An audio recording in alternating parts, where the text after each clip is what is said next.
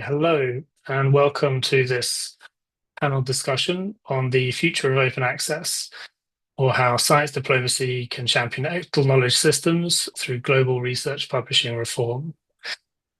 This event is a virtual side event to the United Nations 10th Multi-Stakeholder Forum on Science, Technology and Innovation for the Sustainable Development Goals.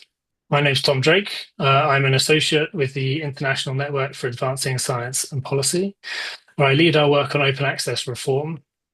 I'm also with the Centre for Global Development, where I work on global health financing. I've experienced open access issues from both the policy and researcher side, as open access lead for the Foreign Commonwealth and Development Office, and as an academic health economist at the London School of Hygiene and Tropical Medicine at the University of Oxford. This session is co-hosted with the Science for Africa Foundation and the Foreign Commonwealth and Development Office. Thank you also to ECOSOC and the UN Interagency Task Team on STI for the Sustainable Development Goals for organising the STI Forum, which will be held in New York over the next couple of days. The event is being recorded and will be available later on YouTube at the SFA Foundation's page. But if you're with us now, please do engage by submitting your questions in the Q&A function on Zoom or on YouTube. In a moment, I'll introduce our fantastic panel. They'll each make opening remarks on a particular theme that connects to their experience, and we'll move to a discussion afterwards. At the end, I'll turn to Evelyn Gittal from the Science for Africa Foundation to close us out. So first, I'll just say a few words to set the scene. So at its simplest, open access refers to the ability for people to read published research without being blocked by a paywall. Also important and typically baked into the open access concept are issues to ensure research is findable. So that means indexed to commonly used research repositories, permanent so that research synthesis is reproducible, and usable so it does not have restrictive licenses. So why does open access matter? Well, worldwide, we spend approximately $1 trillion of public funding each year on research. This investment supports good decision-making and technological advances in every single area of social and economic progress. For findings to be useful and to be a public good, people must be able to read them. And yet even today, after decades of working towards achieving open access to research, roughly half is still locked behind a paywall. This doesn't just undermine the direct impact of research, it contributes to the crisis of trust in science and experts. It creates closed digital spaces which engender a sense of otherness, of us and them, and of private knowledge rather than shared knowledge. So why has the open access movement not been more successful? Well, the status quo is propped up by a prestige economy that benefits a highly profitable group, a highly profitable oligopoly of the major research publishers. The approach to reform that has been attempted has been essentially to pay publishers to make individual articles open access, so-called article processing charges or APCs. Associated efforts to transition the system overall have essentially not been successful. Crucially, the approach of switching the locks from pay to read to pay to publish replaces one problem with another. And as APCs have become wildly expensive, so typically a few $1,000s per article, but up to $12,000 for the most prestigious journals, many researchers, particularly in the Global South, APCs represent a barrier to participating in international research discourse, depriving them of the recognition they might deserve and depriving others of the benefits of their work and insights. As the research output of the world shifts towards the Global South, which it is, this problem will only get bigger. So this is a systemic global challenge requiring international cooperation and therefore diplomacy and leadership.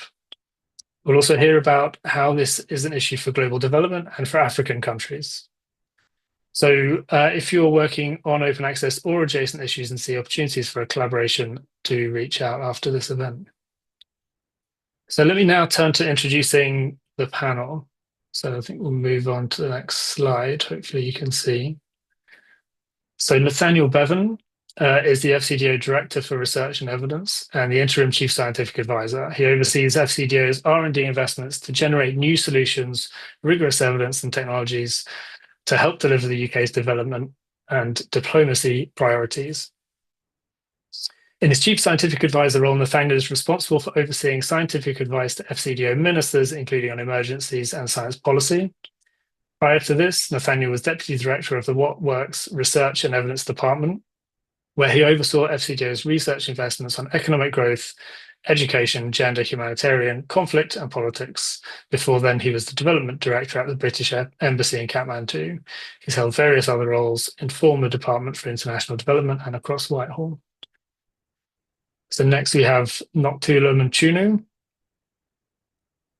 So Dr. Mchunu is the Deputy Director for African Open Science Platform, hosted by the National Research Foundation, South Africa.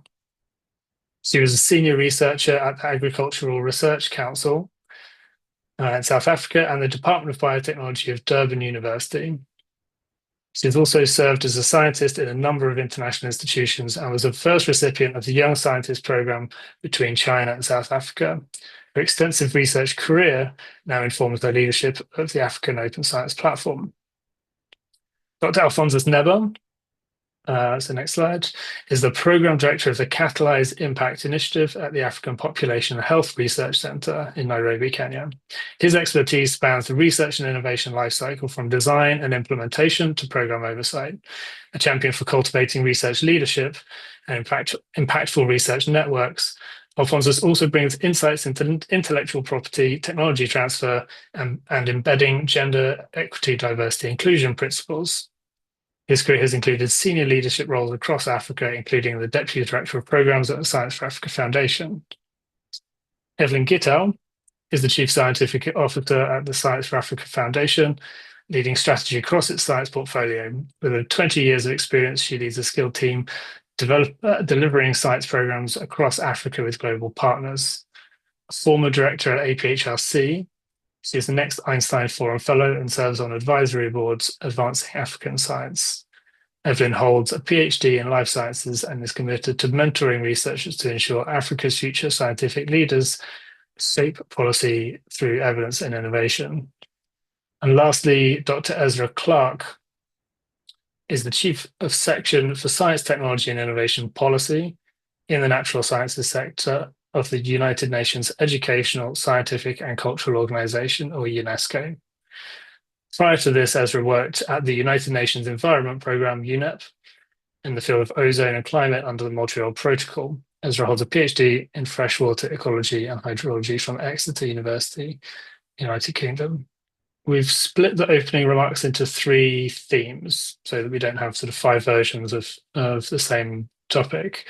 So theme 1 will be about connecting researchers and research publishing to major development agendas, so the SDGs, Sustainable Development Goals.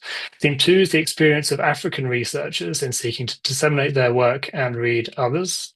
And then theme 3 is on the future of research publishing and the importance of high-level science diplomacy in realizing this future.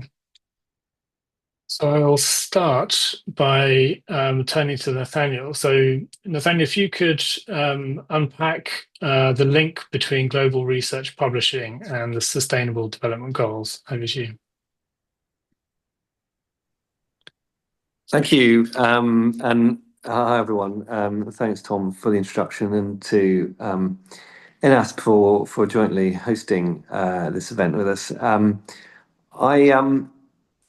I suppose my opening remarks on linking the science publication to SDGs is also partly about making the case of why I think this is a really, really important topic. I think there are times when policymakers in international development to sort of see this as a slightly dry topic about science journals, science publications, but my view is that this is really fundamental. It's really fundamental to the way in which we try and solve some of the biggest development challenges facing the world today. So I want to touch on 3 areas really. The first is really about the moral imperative to do this, and the sort of global moral imperative to make sure that we improve the science publication system so that it is more genuinely open.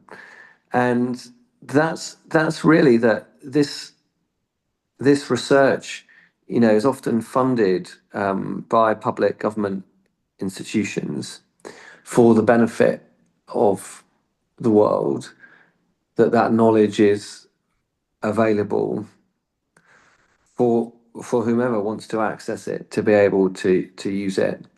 And so collectively, I think we have a duty to try and find and co-create together a system that actually achieves that.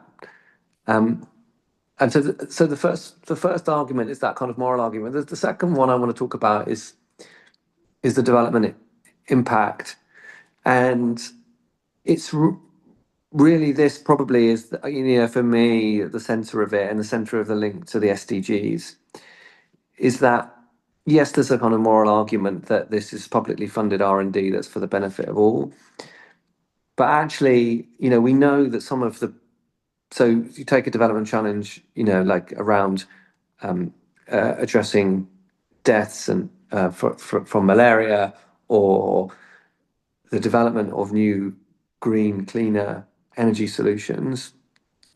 R&D, has a really, really important role to play in addressing those problems.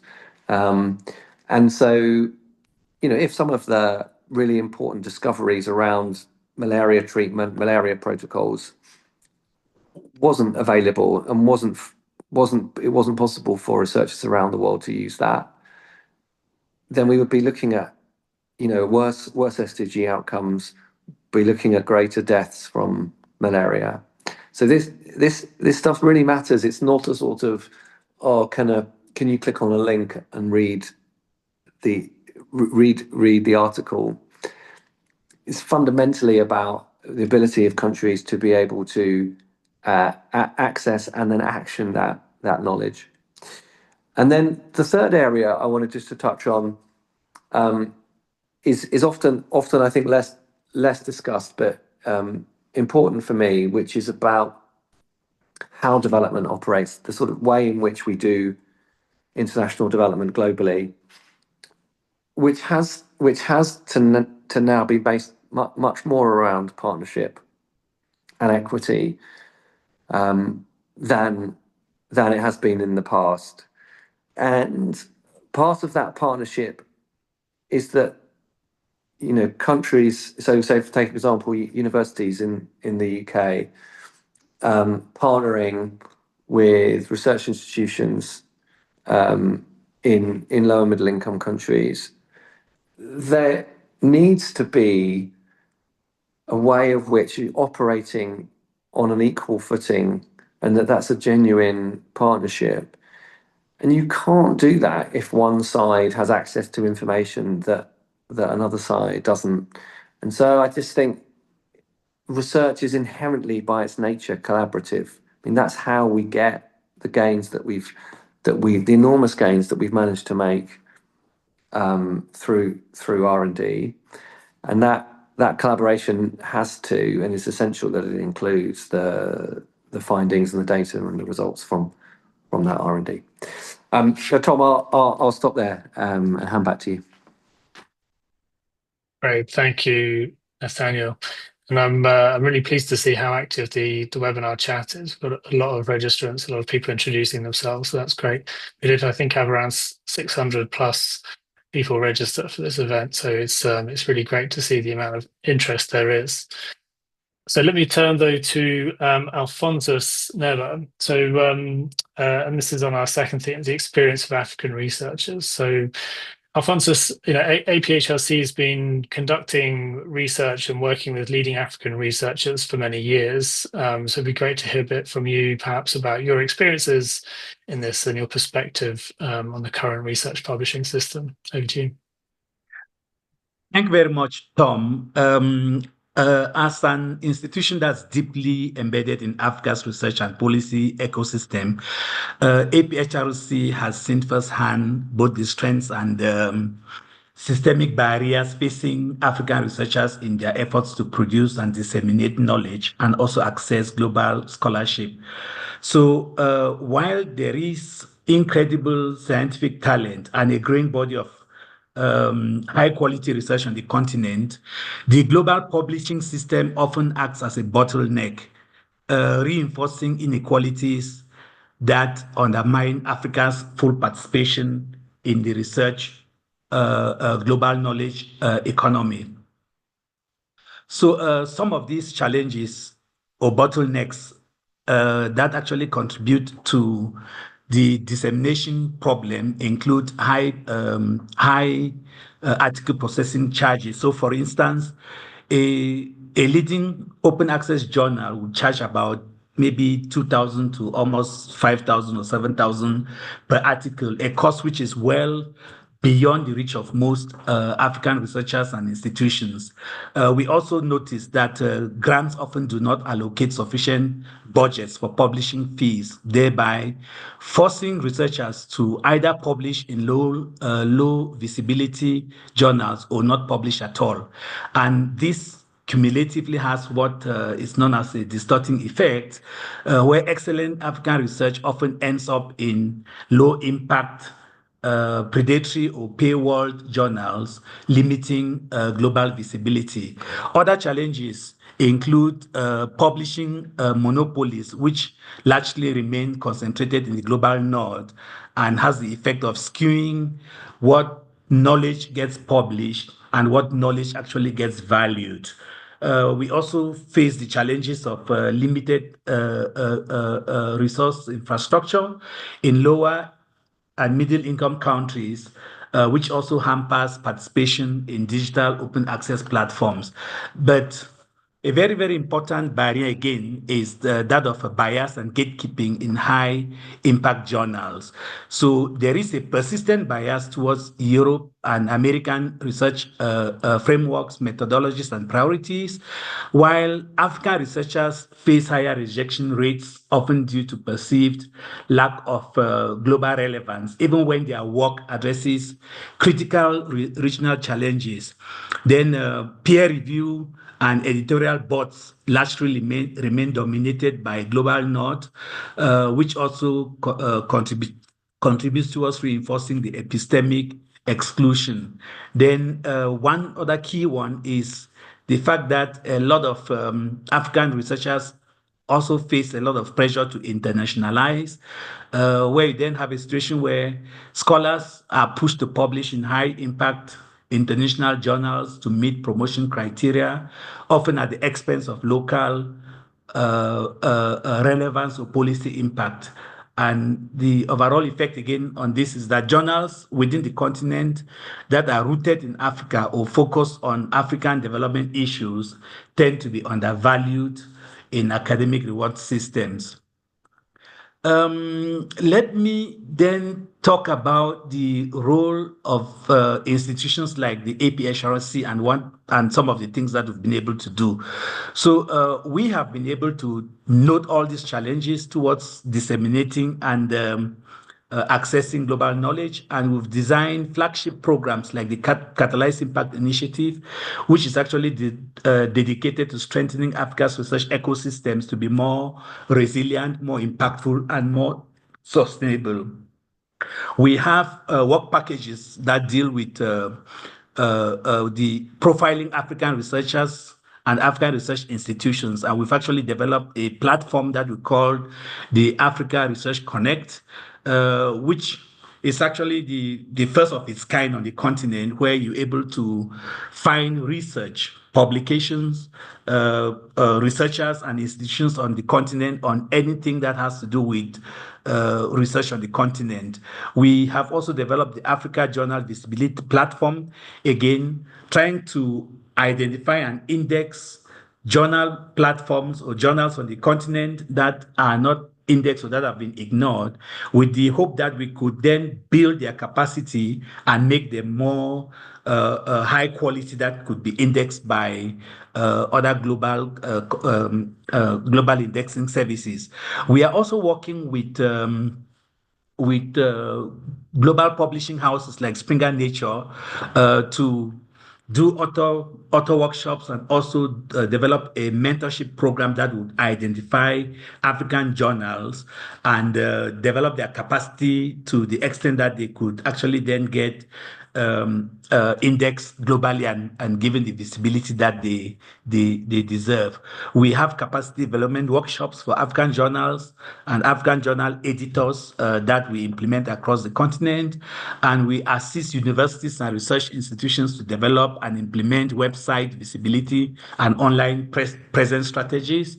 And then we've also developed a tool that we call the Research Readiness Assessment that is able to provide a mirror image for an institution to find out where they are in terms of their readiness to conduct high impact research and to make that research possible.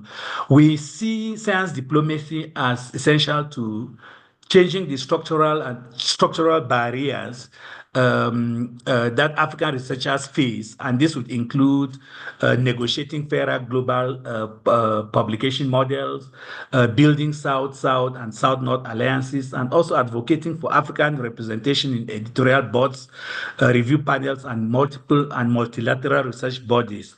So as I wrap up these opening remarks, I just want to re-emphasize the following key points: that the current research publication system is not neutral. It reflects and reproduces global inequalities. African researchers are producing vital, locally grounded science that deserves global visibility and influence. And to unlock that potential, we must reform publishing systems and use science diplomacy as a tool for equity, recognition, and transformation. So at APHRC, we are committed to advancing this agenda, not just for our own researchers, but for the broader scientific community. And we have commenced this effort through the Catalyze Impact Initiative and other researcher-related capacity strengthening interventions within the organization. Let me yield back to you, Tom. Thank you. Fantastic. Thank you, Alphonsus. Right, so we heard there sort of the experiences and the perspective of African researchers, some of APHRC's initiatives in this space, and also touching on African research publishers, which brings us nicely to Noktula Nchunu. So Noktula, you sort of helped to run the Africa Open Science Platform. So perhaps you could say a little bit about why this is needed, and perhaps some of the challenges that African research publishers face. Over to you. Yeah, thank you, Tom. I think for me, when I start, I'll start with a little bit of history and maybe a recent history or story. We remember in South Africa, when the whole world was going through COVID, I think around late 2020, South African researchers through the NICD, our Communicable Disease Center, we discovered one of the deadliest strain of COVID, which was the Beta variant. How did the world react to this Beta variant? It was immediate shutdown of all travel by South Africans. The strain did not originate in South Africa. Unfortunately for Nathaniel, who's here, it originated in the UK, but that was beside the point. But this is just a perceivement. Although the research was excellent, the reaction to the research by the global community was very adverse.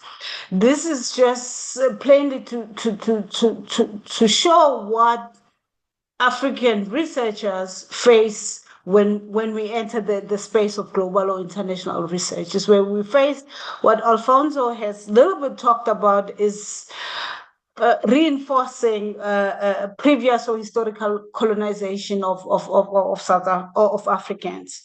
So what do I mean by that? I mean, Alfonso has talked about the financial burden of the current system of scholarly communication. I will start about what are the other areas, and it was good that also Nathaniel talked about the moral imperative of why we need to reform the system. So for me, is that the current system, as I said, reinforces what historically has been happening in the continent, and even in other developing countries. This is one where the research quality or the research quality is determined somewhere, is determined by geographic location of the author, and also language, and that language also sometimes infer or carries a racial connotation. And for African, this is difficult. So this creates discriminatory or exclusionary practices within the scholarly communication. Also, the current system, the way it's developed, it has now values a certain type of producing knowledge system and devalues, not just simple innate, and that it actually devalues other knowledge system. So this is where we start talking about indigenous knowledge system. This is where about when Alfonso was talking about is where you think about local knowledge, local context knowledge, knowledge that is not traditionally mainstream, or for this conversation, I would use Western science just for us to be easy. So these are some of the challenges that we face within the continent as researchers and a little bit as a publishers, because then when you're a publisher in the continent, you are then judged with what we call international or global standard. This again comes to a discussion about what do we mean by an international recognized journal. To a journal in South Africa, if you're in Zimbabwe, if you publish in South Africa, it recognizes a global or international journal. Strictly true to the sense it should be, but it's not. When we now in the scholarly communication talk about this, we talk about either European journals or North American based journals. This is what is the standard or infer quality. So really the system is reinforcing all these discriminatory practices, and researchers in the continent are actually trying to enter raceways completely set up against them, although they're really trying their best, and we have excellent research in the continent. So for me, what is needed to make this conversation short is what, again, some of my colleagues like Alfonso has talked about, some of the initiatives that are happening with other research institutions in the continent. So at the NRF, we are now with the African Open Science starting to think about how do we make the research that is conducted within as a funder available forever for the continent. So we embarked as an example on COVID rapid grant during COVID, where we worked on research, communication, and science engagement. There was a lot of knowledge produced. So what we're trying now to think about is working. We are not establishing new repositories or new archival. We are working with people in the continent, and our role is to coordinate and make resources available for these people who do this type of open access work, to make sure that the knowledge is available in the continent as long as possible without either barrier to access or cost. Just to close this up, I want our audience also to think about this, and some of the panelists. In about 2 years ago, there was a study that we really need to think about, is that most of the open infrastructure doesn't sit somewhere in the north.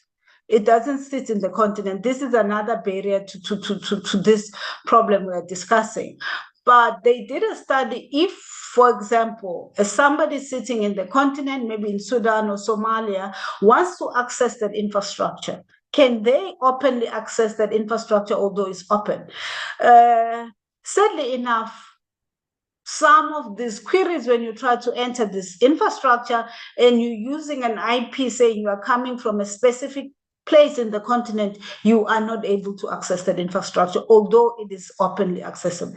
So we really need to think about, when we now talk about science diplomacy and have this open infrastructure and open access, maybe even open data, are we truly practicing openness? Are we truly promoting science diplomacy, where sometimes at a political level, there's no functioning relationship, but the scientists are able to function and keep those relationships open? I will stop there for now. Thank you.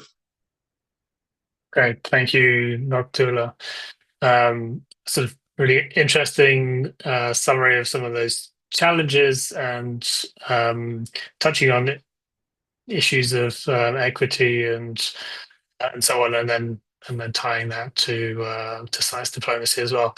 So just before I turn to Evelyn, let me remind our participants, do submit your questions in the chat if you have them. Be great to get some of your questions to the panelists as well.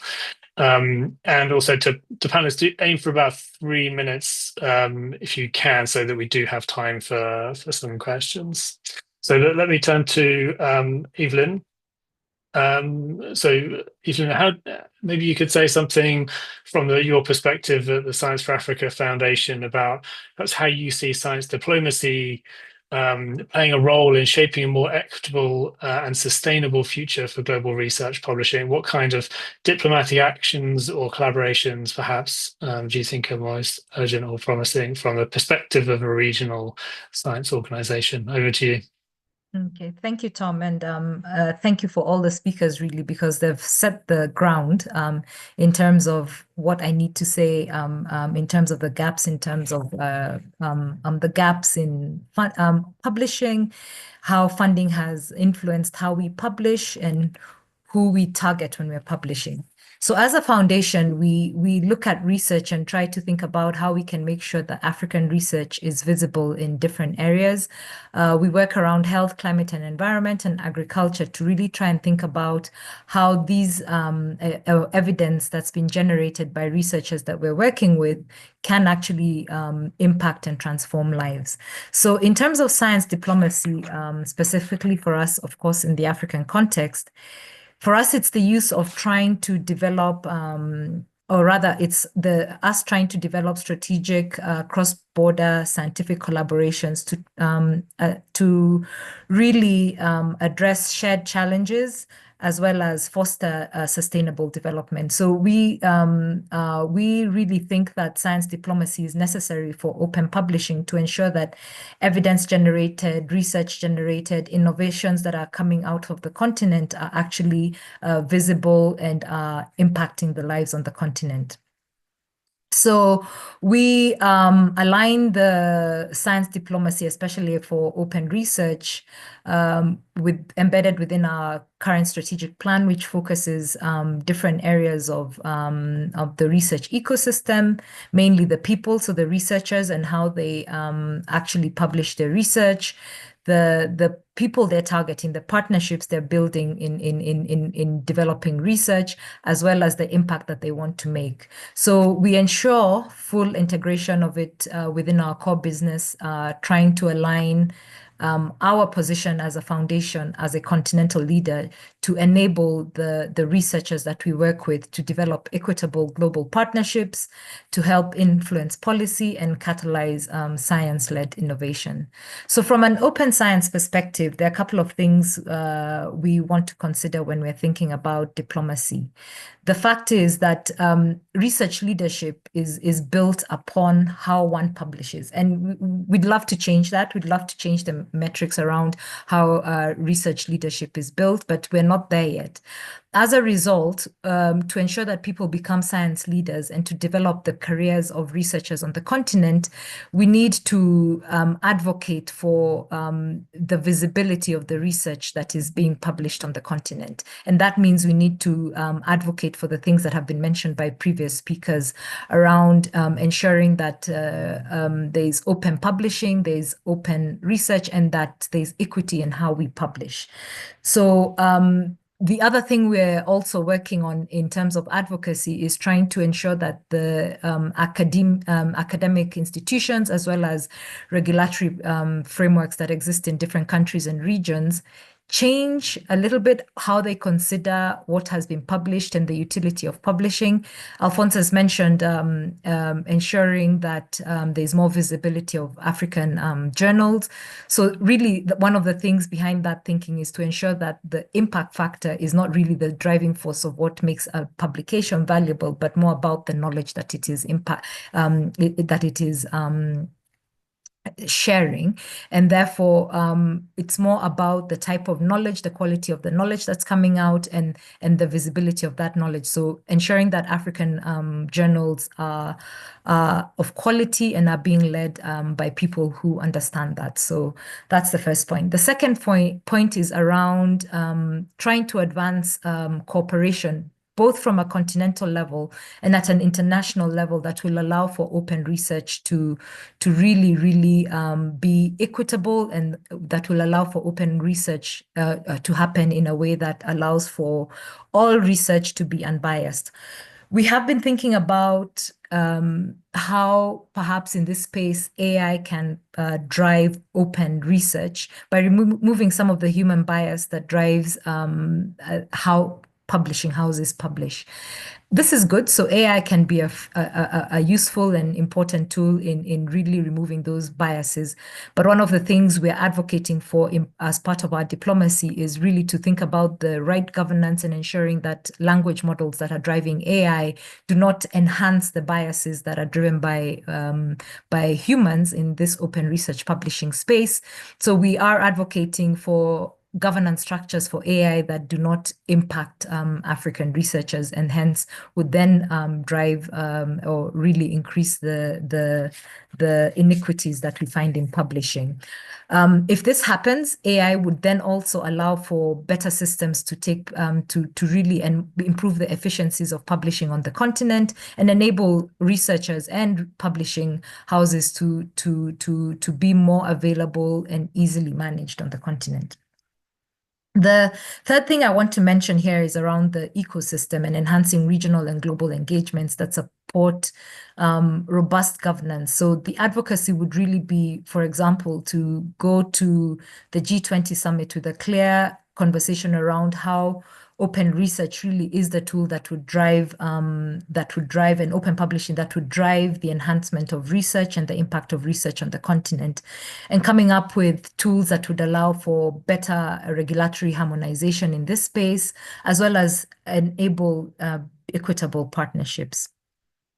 Now, one of the things we think about when we're thinking about the advocacy is how we would do it and what we would drive. And as we talk about publishing, as we talk about efficiencies, the thing we do need to think about is upskilling ourselves on the continent to ensure that there is no question about quality. So there are two areas of skill sets that we need to ensure that this happens in terms of open publishing and open research. The first one is strengthening the skills for science diplomacy. So the types of things some of us do in terms of trying to advocate for open research, we need to build the capacities of researchers as well as policy actors to really advocate for open research. That means we need to enable them and tool people to speak the right language, to understand, for example, what the Diamond platform means, what open research would do and how it should be done. And then also we need to equip African scientists and other necessary expertise that would improve the efficiencies in open publishing. So that upskilling is the first thing that we need to do when we're thinking about science diplomacy, and we need to advocate for that in terms of funding, even as we engage Northern funders, because that is still where most of our funding comes from, is really to say we need more investment in capacity strengthening here. The second thing is really around policy influence. Knox has touched a little bit around policy influence and how we embed some of the things that we're talking about within regional and national governance frameworks to ensure that there's better evidence to make a case for open publishing. I think our collaboration with INASP has been really around how to get better at doing this, how to talk to policy actors. We greatly appreciate the support we get from FCDO for opening doors in different countries to have conversations around how we can change the behavior of publishing on the continent. We also need to develop capacities for African negotiators to provide papers that support policy actors. As we, go into these conversations at a global level, we can not only do it ourselves, but also enable policy actors who are at the table at the time to speak about the types of things that need to happen to change that. So when we attend meetings like the World Health Assembly or, even the United Nations General Assembly, is really to enable even our leaders to have the kind of resolutions that speak to the things that we need. Lastly, I'll talk very quickly around the types of collaborations that would allow for us to engage more effectively and expand existing networks with global science. And some of the things that we do, for example, with INASP, to elevate access to the research outputs that are happening. Alphonsus also talked and gave examples of that. We are trying to, of course, continuously promote equitable research publishing. When we have conversations with our partners and people who are partnering with African researchers, is up in terms of equity in collaboration and partnerships, is to ensure that how knowledge is made visible, shared, and published is always in an equitable manner, and that knowledge exchange and joint research initiatives allow for publishing to the right publishing etiquette that we need to have to drive equity. Today we are here in Nairobi talking about evidence to policy. So the last thing we need to do is keep having those joint science policy dialogues that would foster the co-development of these resolutions that we want seen passed, that would also drive the development of regulatory frameworks that would really enhance open publishing on the continent, and also influence, I think, how we partner. Coming to the table with a regulatory framework that really doesn't allow for inequity in partnerships is really important.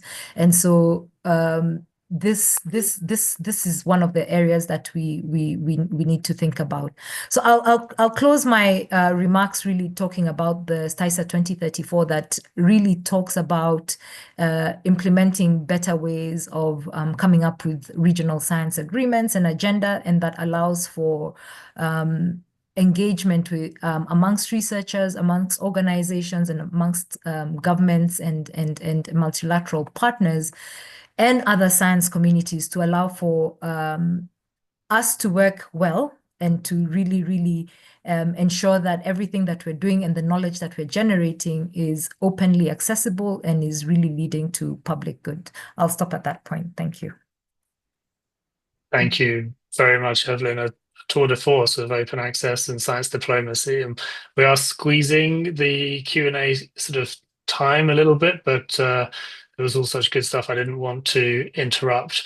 Let me turn now to Ezra Clark. So Ezra, I mean, UNESCO is, of course, right at the forefront of science diplomacy and open science and open access. So it'd be great to hear from you about how you see the future of research publishing and how science diplomacy can help realize that vision. Over to you. Thank you. Thank you very much. So I'm not a researcher. I'm not an academic. I'm not an author. I haven't published in 30 years or something, and don't intend to do so, I don't think. But I'll try and look at this, as you said, more from a global perspective and from the perspective of UNESCO, and maybe specifically in the context of the open science recommendation. We've heard in some of the previous from this previous speakers this idea of the requirement, the necessity to reform, and the word systematic reform came up.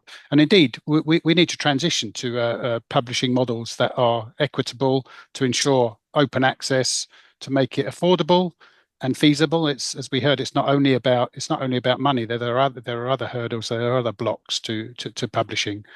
Particularly for those in developing countries, and then we heard today particularly for African scientists. But also, emergencies like the coronavirus, the COVID, showed us that the traditional models aren't maybe agile enough to disseminate the latest research in a timely manner when really needed. And I'd mention, please, in November 2021, our general conference adopted, it's 193, which is now 194 member states, adopted unanimously the UNESCO recommendation on open science. And this was developed through a regionally balanced, multi-stakeholder, and inclusive, transparent process over a number of years to get there. And this agreement, which I think we can say is a landmark agreement, is the first international nominative instrument on open science with the first internationally agreed definition.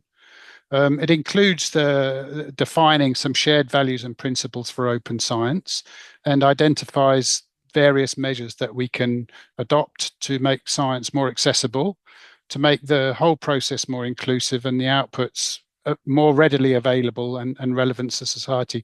And of course, open access and publishing are core to this. But I mean, we look at the whole open science field in which open access is one of the elements. And to ensure the barrier-free knowledge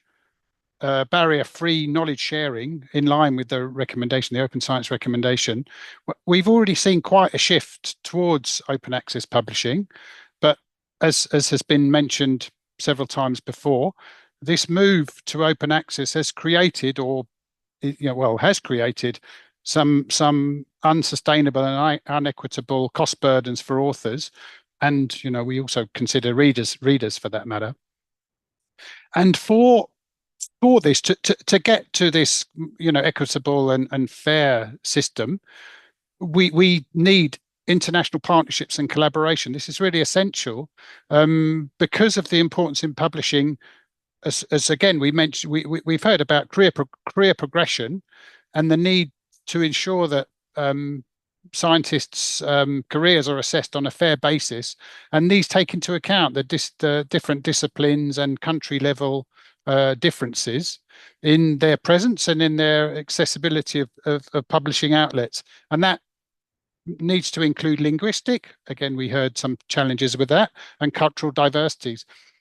And so initiatives like the Diamond Open Access is to be able to best serve our scholarly communities worldwide.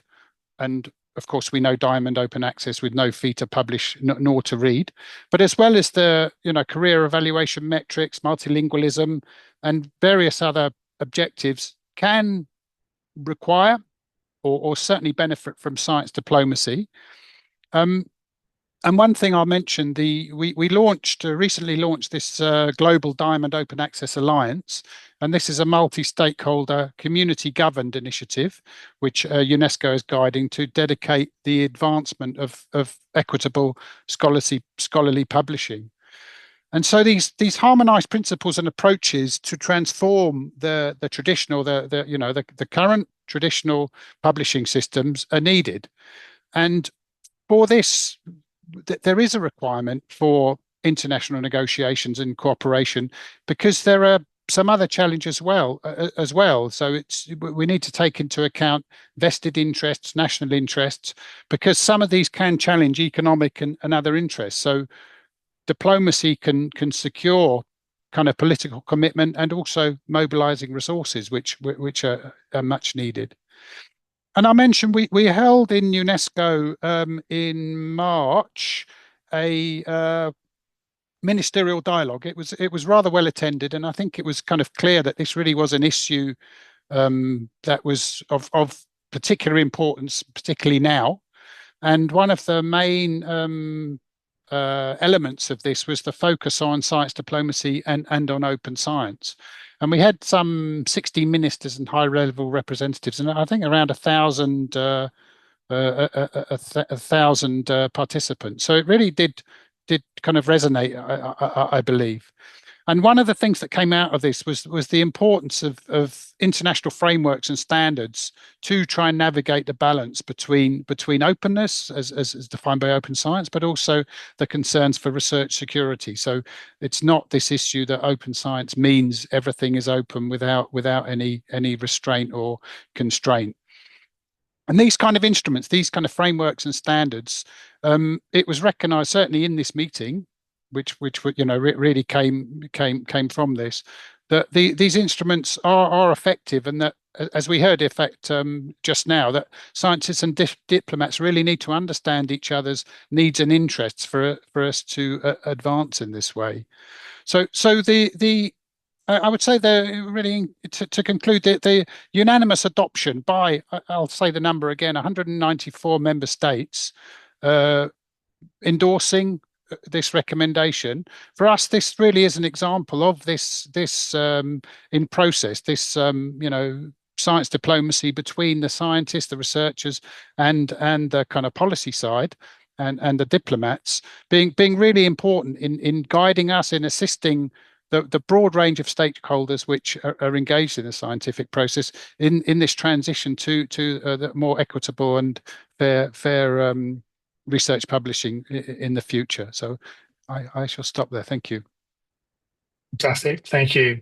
So now we do not have long, sadly, for a round of questions. So what I'll do is let's do one round rapid fire questions for the panel. I'm going to give 3 questions, which are drawing on some of the things that have been raised in the Q&A and on some of the things that we had before as well.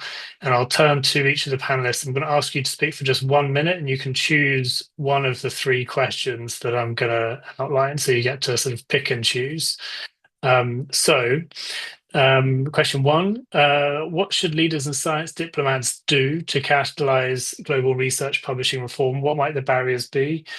And sort of particularly drawing on one of the audience members' questions, what are the key multilateral spaces that we need to target to change the publishing system, and what policies need to change to support a better system? So the question there about, tactics and strategy on science diplomacy. So question number 2, what role do you think research and access to research can or should play in combating misinformation and building trust? So that's number 2. And then number 3, can you see a future where African research publishing platforms have the equivalent recognition and respect to the major European and North American journals? What are the barriers to this, and how can they be overcome? So a question on a sort of a future vision for African research publishing. So I'm going to go through in order, but I'm going to end with Evelyn. And then Evelyn, if you sort of take your question and perhaps also roll that into your closing remarks and see us out. So once again, 1 minute if you can, please, panel members. And I'm going to start with Nathaniel. Over to you.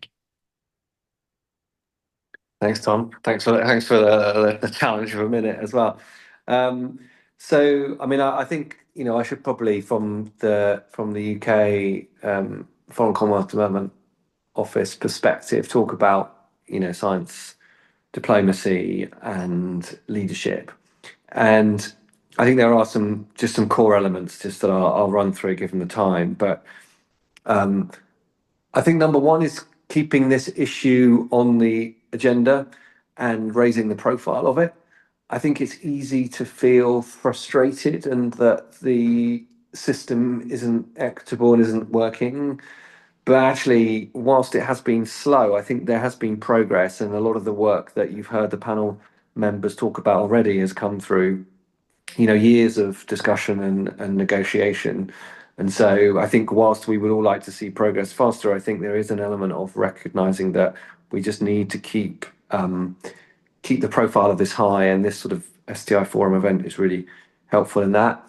I think certainly as someone sitting in the UK, and I think there's a real thing about listening. I was very conscious of a lot of what the panel members are saying, of not inadvertently replicating a system that feels like it sort of goes back to the bad old days, and then is the sort of global north trying to fix a problem that just sort of perpetuates kind of old sort of colonial ideas of patronage. And so how we move towards an approach that's much more partnership based, I think there's a lot for us to think about how we listen to others.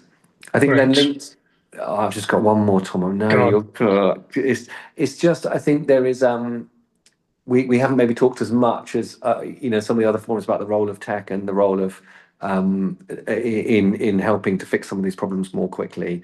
And I think things like preprints, and we can maybe some of the other panel members might pick that up. But I think there's a real role for leaders in sort of harnessing some of the opportunities that we have to move a little bit faster. Thanks. Fantastic. Thank you. I'm going to turn now to Alphonsus, and 1 minute. Pick one of those questions. Over to you. Thank you very much, Tom. So let me give my thoughts on the question around combating misinformation through open access. So as you are aware, research and access to research play a very critical role in combating misinformation and building public trust. So especially during this age where information spreads rapidly, you also have digital echo chambers and growing distrust in institutions. So when people and policymakers can access credible evidence-based knowledge in clear, understandable, and locally relevant format, they are then better able and equipped to be able to make informed decisions. Open verified research provides a trusted reference point to challenge myths, conspiracy theories, and misinformation, particularly in health, climate, and political discussions. Another point that I could add is that open access also fosters transparency in scientific process, which helps demystify research and actually reduce perceptions of elitism or hidden agendas, which are all key drivers of public mistrust. So there are quite a number of points that I could add, but let me end here. Fantastic. Thank you, Alphonsus. Noktula, over to you. 1 minute or less. Thank you. Yeah, thanks, Tom. I tried to answer a few on the box. So I'll take the last one on respect for African journals in publishing and garner the same international recognition. As I said before, I think the word international is a little bit misused because all the journals in the continent, if I'm South African, they should be international because they don't belong to South Africa. So I think that is one. It's the culture mindset within academia. What do we value, even ourselves as Africans or from developing countries? Two is the issue of, I think Ezra talked about it, is diamond and repositories and preprints. They are all in the same. We call them diamond and green. So if we start valuing this and supporting this infrastructure where there's no pay to publish or access, is where then you can really promote local context, because and also you remove this value of impact factor, which is a very made up value by publishers. It means nothing. So I think we need to remove ourselves from this culture of high impact, meaning if you publish in Nature, as an example, you've made it. No, if you publish in South African Science Journal, it should be accepted equally, because where is the research most needed for the stakeholders?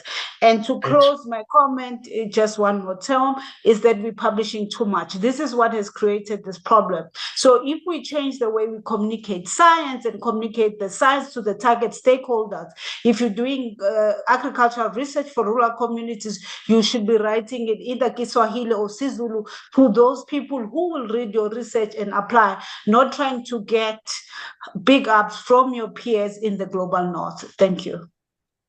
Thank you very much. And Ezra, we've hit time. We're just going to run over a few minutes here from Ezra and then Evelyn. Okay.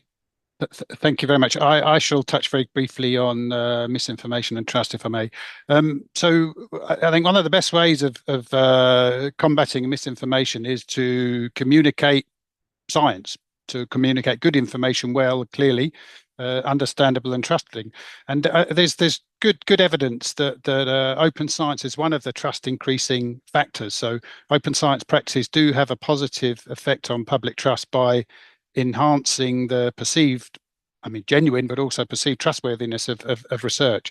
So people tend to have more trust in the findings when the code, the data, the materials, and so on are accessible for validation. So by opening up science, again, I'll make an advert for our recommendation on open science in building trust by communicating good science in a way that's understandable and verifiable. Thank you.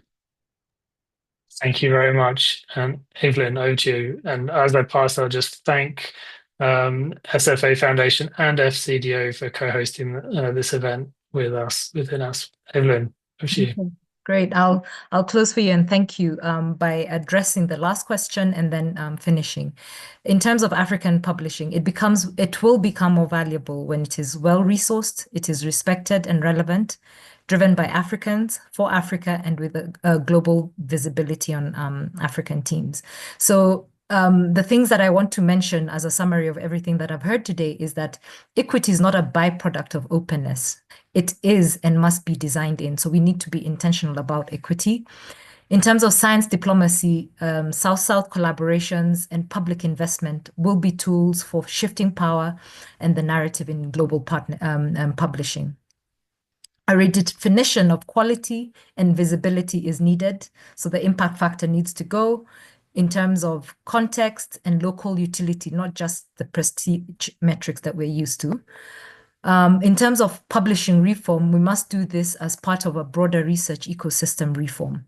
We must include capacity building, we must develop infrastructure, and we must incentivize the structures that are needed to ensure that open publishing happens in an equitable way. So I'll close this really with that call to action, saying that African publishing will and can be successful if we are intentional about all the things that we have talked about today.